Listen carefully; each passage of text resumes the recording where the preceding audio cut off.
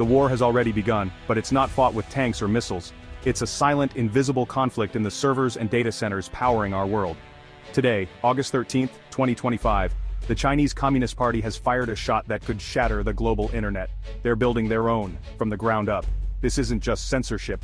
It's a new digital reality where Beijing, not Silicon Valley, sets the rules. The world you woke up to is not the one you'll go to sleep in. For decades, the CCP saw the open internet as a threat, a tool for foreign influence and spiritual pollution. Their answer? Unplug and create a system built for control, surveillance, and power projection. This is a declaration of digital independence, a parallel online universe answering only to the party. The implications touch everyone with a connected device. Imagine your emails to Shanghai passing through a state-controlled translation layer, or your company's data forced to meet new, opaque standards. The CCP is constructing a digital fortress, pulling up the drawbridge. The open web of the last 30 years faces an existential threat. A new digital iron curtain built with fiber optics and quantum encryption. World leaders are silent, governments paralyzed, caught between economic ties and the terrifying reality of a split internet. This is the CCP's endgame: break free from American tech dominance and establish a new digital world order. The question is no longer if the internet will split, but how messy the divorce will be, and we are all caught in the middle. Picture Wei, a Chinese tech entrepreneur. For years, he built his e-commerce platform by global rules using TCP/IP, building for iOS and Android. But he always hit a wall. His data and innovations filtered through Western standards, his game played by someone else's rules. Now, everything changes. The CCP unveils the Global Information Interconnection Standard, new IP. Wei must rebuild his entire digital infrastructure to fit this new system, one inherently compatible with state surveillance. It's a massive, expensive shift, but the reward is a privileged place in a protected digital empire, free from American tech giants. This is the Great Firewall 2.0, not just defensive but offensive, projecting China's vision outward. The old internet was a network of public roads. The new one is private superhighways, every vehicle tracked, every route controlled. For most Chinese citizens, apps may seem faster, but privacy is gone. Every transaction, message, and search is an open book to the state. The architecture itself is built for surveillance. In this system, the user is the product, and the state is the sole consumer. Wei faces a stark choice: embrace the new ecosystem for domestic success or risk being left behind. For entrepreneurs, it's adapt or disappear. For the world, it's a paradigm shift from censorship to total environmental control. The new internet is not just about blocking content, it's about changing how data flows, who controls it, and who benefits. The drawbridge is up, and the rules have changed. The rest of the world is left scrambling to understand and respond. The digital landscape is being redrawn, and the consequences will be global. The firewall is now a fortress, and the world is watching. We're used to US-China trade disputes, tariffs, sanctions, market access fights, but this is different. China isn't just changing the rules, it's flipping the game board and building its own. This is a structural break, a challenge to the post-1-2 order America built. Old trade wars were about what you could sell. This digital war is about how you can sell, communicate, or even think online.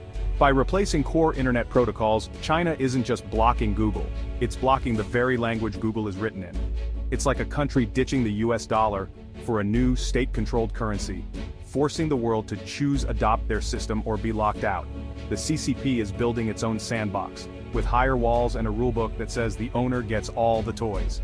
This bypasses frameworks like the WTO and renders tariffs obsolete. How do you tariff a data protocol? It's the digital space race with immediate consequences for the global economy. The fight is for the soul of the 21st century: open, decentralized freedom, or closed, centralized control. China is betting its model of technological authoritarianism can be exported.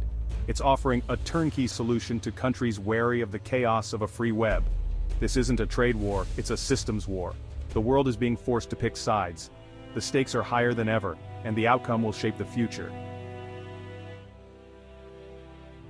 What are these new protocols? Let's break it down. The current internet runs on TCP/IP, a decentralized anonymous postal service for data. It's resilient, open, and the backbone of free expression. China's new IP is the opposite, top-down, with a central administrator able to cut off any device or user instantly. There's no anonymity. Every packet is authenticated and authorized at its source. The network knows who you are, where you are, and what you're doing before your data even leaves. It's like a mailman opening every letter, logging its contents, and deciding if it's allowed. New IP handles not just data, but context, differentiating between messages, videos, or AI commands. The state can prioritize, slow, or block traffic based on content and purpose. During protests, commercial transactions could flow, while video uploads crawl to a halt.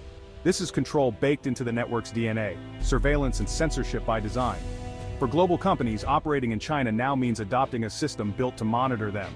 The old challenges of market access pale in comparison. The architecture itself enforces the will of the state. The stakes for privacy and freedom have never been higher. Boardrooms are in crisis. The old strategy, one product, one platform, global reach, is dead. China's new standard forces a binary choice: build two incompatible tech stacks, or abandon the Chinese market.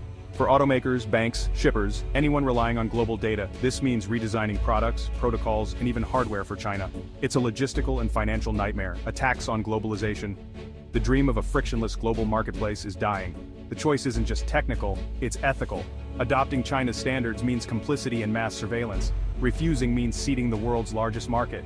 Companies are forced to pick a side in a geopolitical struggle they never wanted. The new Cold War is drawn in code, and no one is immune. Here's the twist. China's system isn't just about control. It's built for the future. It's quantum ready, designed to withstand the coming quantum apocalypse that could break today's encryption. China's invested billions in quantum networks and satellites, integrating quantum communication into its new internet from the start. The pitch: a safer quantum-secure internet, protected from future threats. For leaders in developing nations, the offer is irresistible. Leapfrog a generation, get ultra-fast, secure infrastructure financed by China. The catch? It runs on Chinese standards, giving Beijing and local governments total control. For many, surveillance is a feature, not a bug, a tool for stability and security. China plans to export its model not by force but by offering technological superiority.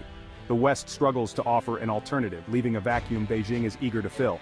The quantum readiness of new IP is its Trojan horse. The world's digital future may be decided by who offers the best, most secure infrastructure, and China is betting big. The stakes are global, the race is on. The endgame is technological supremacy. China wants to be the architect of the next global system, not just a participant. By creating its own protocols, it's building a protected ecosystem for its national champions.